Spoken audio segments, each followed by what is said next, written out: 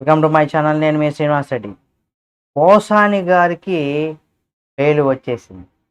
ఇందులో ముఖ్యంగా షరతులు కనుక వింటే నిజంగా ఆ షరతులు విన్న తర్వాత ఆయనకి చుక్కలే అని కూడా చెప్పుకోవచ్చు. అంటే అంత ఆ విధంగా ఉన్నాయని చెప్పుకోవచ్చు. ప్రముఖ సినీ నటుడు, రచయిత, దర్శకుడు పోసాని కృష్ణమురళికి గత వైసీపీ ప్రభుత్వం ఉన్నప్పుడు ప్రస్తుత ముఖ్యమంత్రి చంద్రబాబు నాయుడు గారు, ఉప ముఖ్యమంత్రి పవన్ కళ్యాణ్ గారు, అలాగే నారా లోకేష్ వీళ్ళ పైన అనుచితమైనటువంటి వ్యాఖ్యలు చేసి ఆ కేసు ఇప్పుడు ఏపీ వ్యాప్తంగా కూడా 16 ఏరియాల్లో 16 కేసులు నమోదు కావడం, అది ఫిబ్రవరి 26న ఏపీ పోలీసులు అరెస్ట్ చేసి ఆయనకి జైలుకి అంటే రిమాండ్కి పంపించడం జరిగింది. ఇదంతా మనకు తెలిసింది. చంద్రబాబు నాయుడు గారి వ్యక్తిత్వాన్ని కించపరిచేలా చేసినటువంటి వ్యాఖ్యలతో అయితే పోసాని పైన కూడా సిఐడి కేసు నమోదు చేయడంతో గుంటూరులో జైలుకు కూడా పోసాన్ని కూడా పంపించడం, అక్కడ పోసానికి గతంలో కూడా బెయిల్ వచ్చినా కూడా రిలీజ్ కావడానికి కుదరలేదు.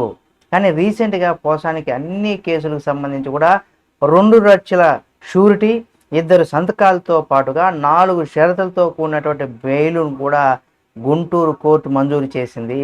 ఆ 4 షరతుల్లో మొదటగా దేశాన్ని విడిచి వెళ్ళకూడదు.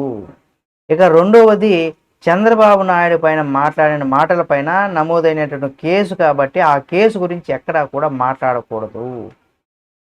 ఇక మూడవది 4 వారాల పాటు ప్రతి మంగళ గురువారాల్లో మంగళగిరిలో ఉన్నటువంటి సిఐడి ఆఫీసుకి వెళ్ళి ఉదయం 10 గంటల నుంచి 12 గంటల ప్రాంతంలో వచ్చి సంతకాలు చేయాలి. నాలుగవది కేసు విచారణ దానికి సంబంధించి కూడా సహకరించాలి. ఇలా ఈ 4 షరతులతో కూడినటువంటి బెయిలు కోర్టు మంజూరు చేసింది. జైలు నుంచి బయటకు రాగానే పోసాని భావోద్వేగానికి కూడా గురయ్యారు.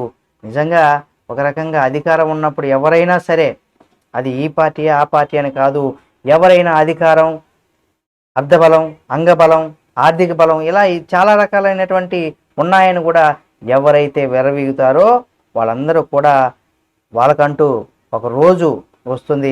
ఆ రోజు తప్పనిసరిగా వాళ్ళు కూడా శిక్షార్హులు అవుతారు. కాబట్టి తప్పనిసరిగా ఎవరి గురించి అయినా మాట్లాడేటప్పుడు కొన్ని విషయాలు మన యొక్క అంటే ఏమంటారు దాన్ని, ఒక రకంగా చెప్పాలంటే మనలో ఉన్నటువంటి సెల్ఫ్ రెస్పెక్ట్ అనేది కూడా ఎదుటి వాళ్ళకి ఇవ్వాలి. అంటే గౌరవం అనేది కూడా ఇచ్చిపుచ్చుకోవాలి. ఏదైనా వ్యాపార పరంగా ఉన్నప్పుడు, రాజకీయంగా ఉన్నప్పుడు రాజకీయంగా మాట్లాడాలి, వ్యక్తిగతంగా మాట్లాడకూడదు. కాబట్టి ఎవరికైనా ఏ పార్టీ వాళ్ళకైనా ఇది వర్తిస్తుంది. కాబట్టి ఈరోజు అధికారంలో ఉన్నామనేసి రెచ్చిపోతే రేపు అధికారం పోయినప్పుడు దానికి 10 రెట్లు మీరు శిక్షను అనుభవించాల్సినటువంటి పరిస్థితి వస్తుంది. కాబట్టి ప్రతి ఒక్కరు కూడా జాగ్రత్తగా ఉండండి.